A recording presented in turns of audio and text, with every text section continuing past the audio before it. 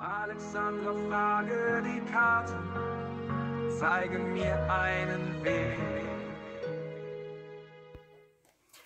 Hallo und willkommen, ihr Lieben. Wir schauen uns an, was erwartet uns die nächsten 48 Stunden fürs Kollektiv. Welches Thema ist sichtbar? Welche Nachricht darf ich weitergeben?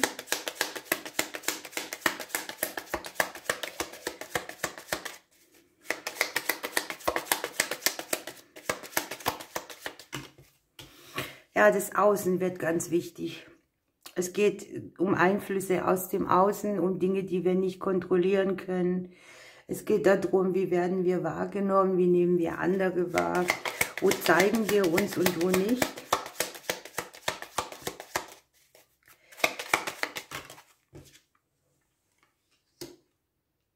Und das Außen wirkt hier sehr, sehr stark auf unsere Umgebung, auf unseren häuslichen Bereich. Beim Haus habe ich immer das Thema auch Grenzen ziehen. Ne? Für mich ist das da, wo du die Tür zumachst, wo du bestimmst, wer rein und raus geht. Und das Haus hat eben dein Fundament und auf dem du baust, dein Schutz, alles, was du brauchst, ist hier. Ne? Und hier hat das Außen sehr viel Einfluss auf genau dieses.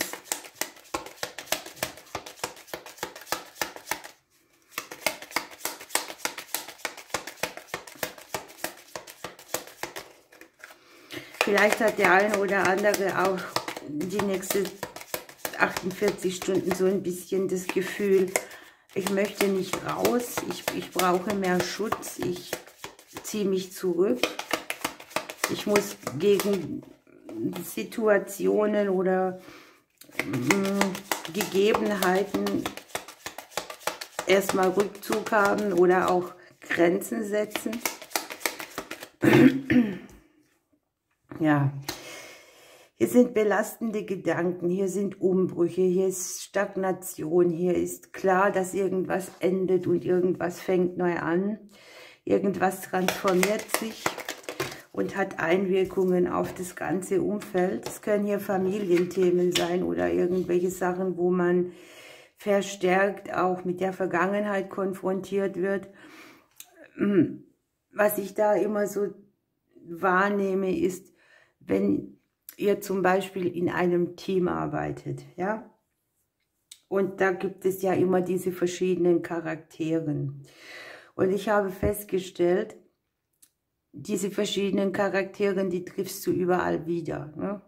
Die haben andere Namen und andere Gesichter, aber das, was die widerspiegeln oder wie die Menschen sind oder ihre Ausstrahlung, nennen wir so, die ist überall wieder vorhanden. Ne? Und sowas könnte das sein, dass wir hier mit neuen Menschen alte Situationen sehen und dass das irgendwie auf uns wirkt, uns auch an die Vergangenheit erinnert. Und was ich hier auch habe, ist, dass wir mit irgendetwas nicht im Frieden sind. Ne?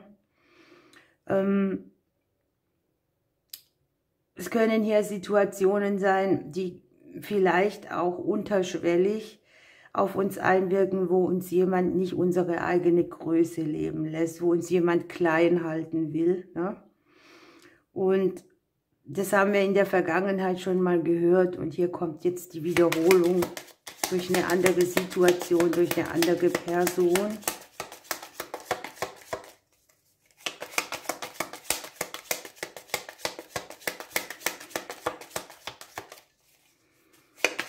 Es sind sehr viele Gedanken, die irgendwie nicht weiterbringen, ne? Die in eine Richtung gehen und kein Ziel haben. Man denkt vielleicht immer wieder über die gleichen Dinge nach und kommt nicht zum Ausweg. Gedanken, die belastend sind irgendwie auch oder schwierig.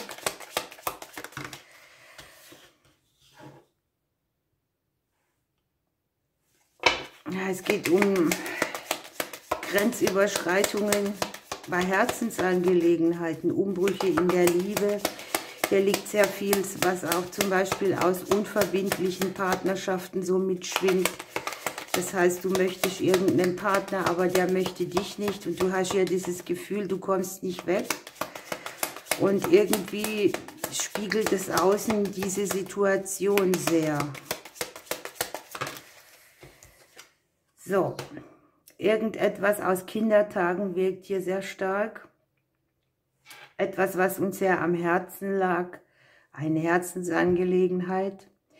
Für einige geht es hier auch darum, Umbrüche in der Liebe hinzunehmen, in Beziehungen, zu gucken, was nährt mich noch, was bringt mir mehr Liebe, wo tapse ich vorbei oder gehe leer aus.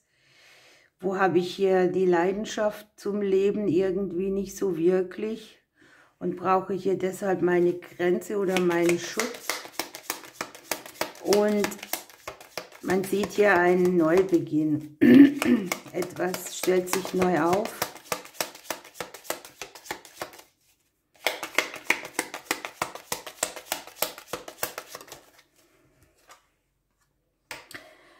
Ja, es geht tatsächlich um das Überwinden von Verletzungen und Verlusten, um Triggerpunkte, die hier aus diesem Bereich mitschwingen.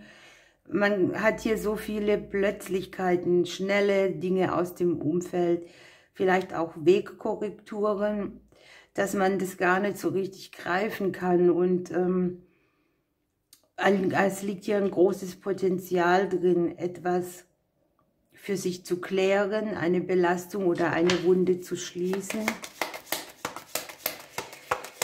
Und der Hinweis auch, ne, man muss nicht auf alles, was von außen kommt, reagieren.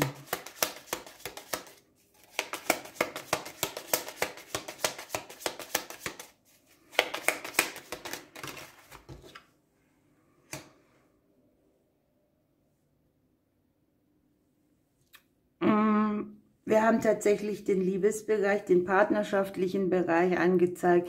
Hier sind so die Vergleiche Vergangenheit und Jetzt, Vaterfigur und jetzige Partner oder der Teil, der sich auch um den anderen sorgt. Könnt ihr ja mal gucken, was habt ihr erlebt, wie wurde sich um euch gesorgt? Habt ihr euch mehr um die anderen gesorgt? Liegt da die Verletzung an sich drin?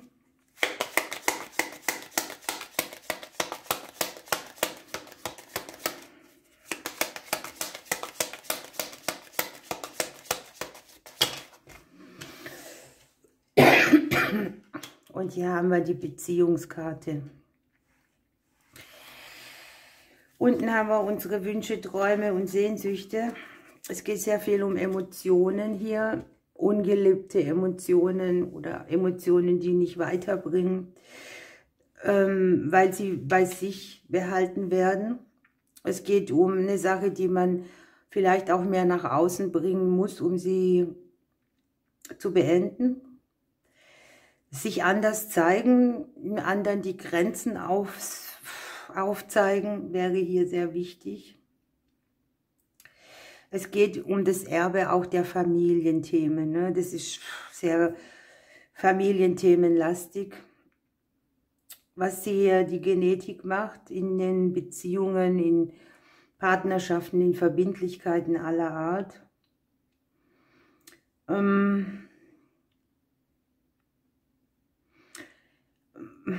Ich glaube, dass es an sich eine gute Möglichkeit ist, eine alte Wunde zu schließen, ein Trostpflaster zu kriegen, eine Grenze zu setzen, auch für die Zukunft. Und das im Liebesbereich und im partnerschaftlichen Bereich. Im Prinzip haben wir hier die Liebe zu Partnern, zur Familie, zu Kindern, zu allem. Und im Gegenzug haben wir uns, ne, unser kleines verletztes Kind hier liegen. Und da sind viele Erinnerungen, ne, die hier Trigger sein können.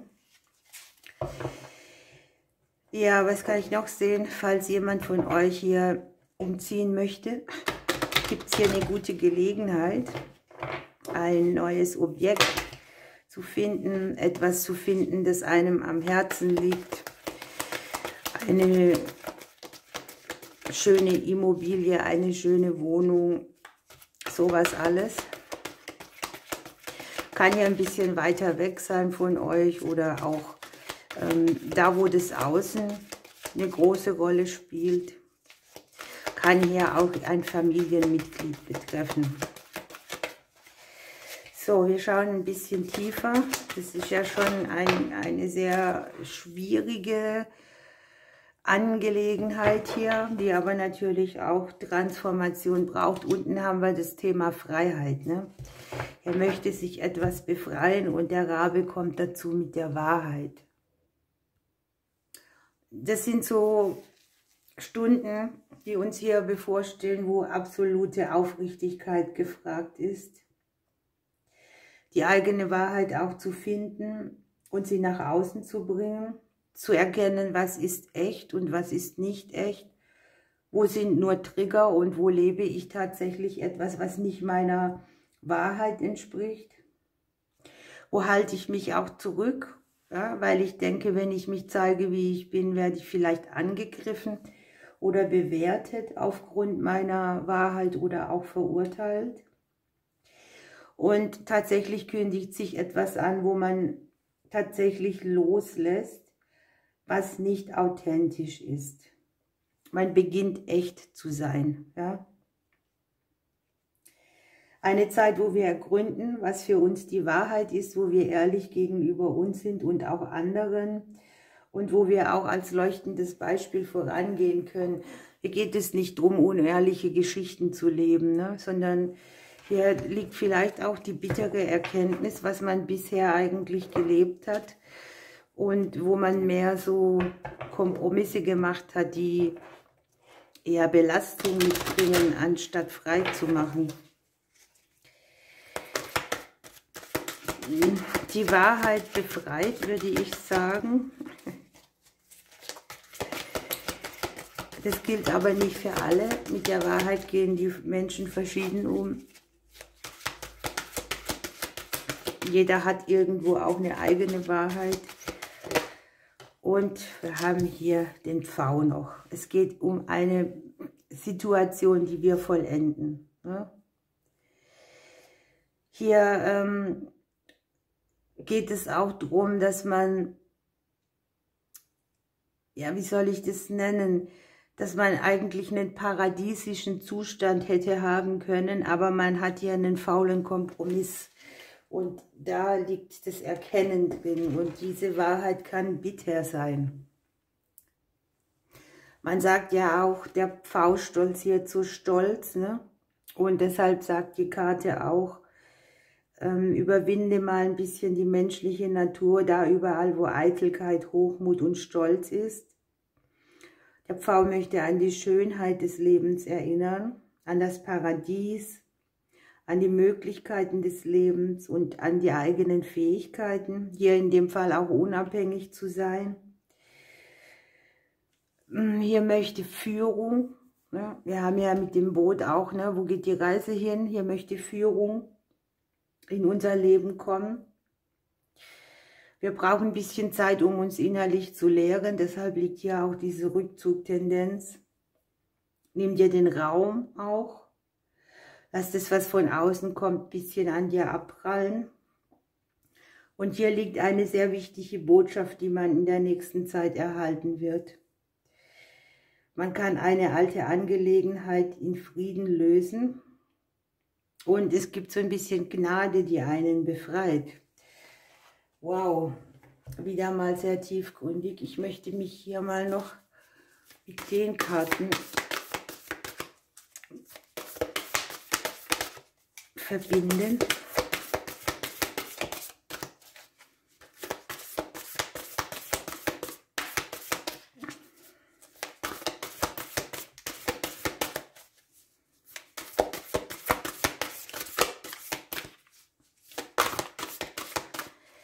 Oh.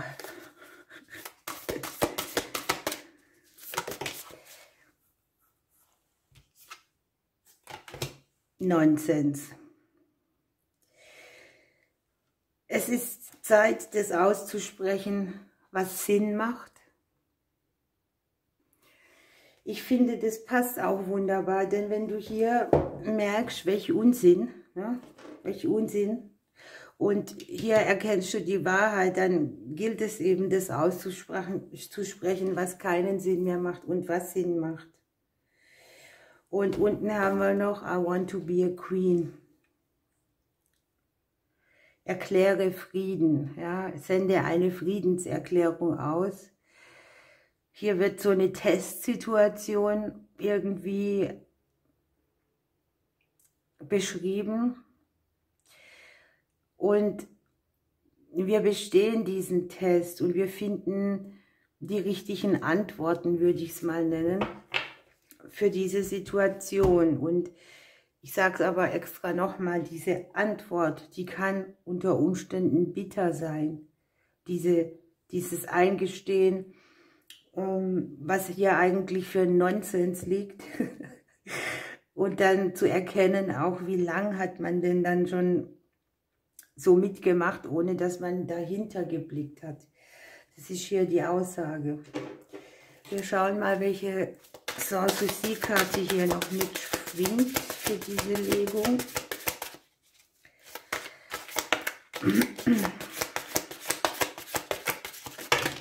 Ja, das sind mir zu viele hier. Wir brauchen eine.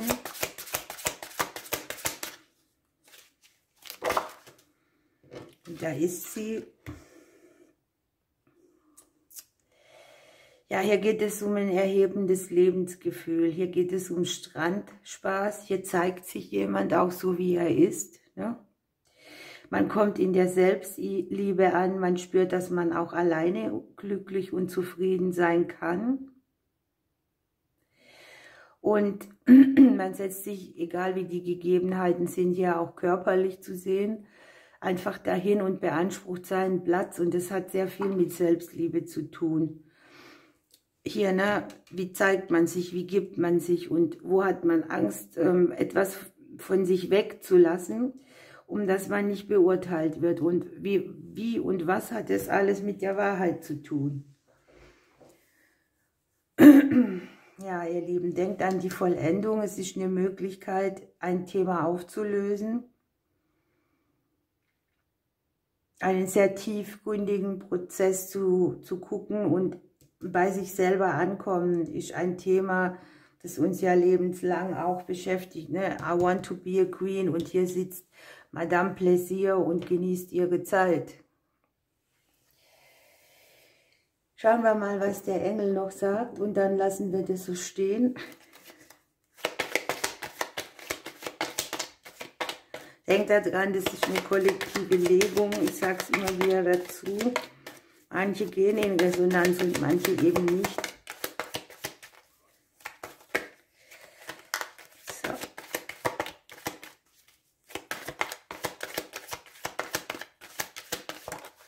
Der Engel der Akzeptanz. Akzeptanz und Vollendung liegen sehr nah beieinander.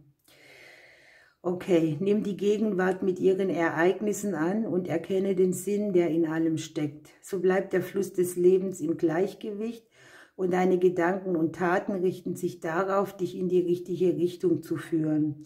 Die Botschaft eines Engels lautet, nimm die Dinge an, wie sie sind. Das ist die Voraussetzung für deinen inneren Frieden. Hier haben wir das Friedensschließen, ne? Das Zufriedensein. Das hatten wir hier schon. Irgendwo wird ein Kampf geführt. Und man erkennt jetzt einfach, unten haben wir im Übrigen nochmal die Wahrheit. Ja, wo man total an der Wahrheit auch vorbeigeschrammt ist, ne? Wo man Frieden schließen will, damit man selber zufrieden ist, wo man seinen Platz als Königin einnimmt. Puh. Ihr Lieben, ich wünsche euch eine schöne Zeit, ich drücke euch und bis zum nächsten Mal.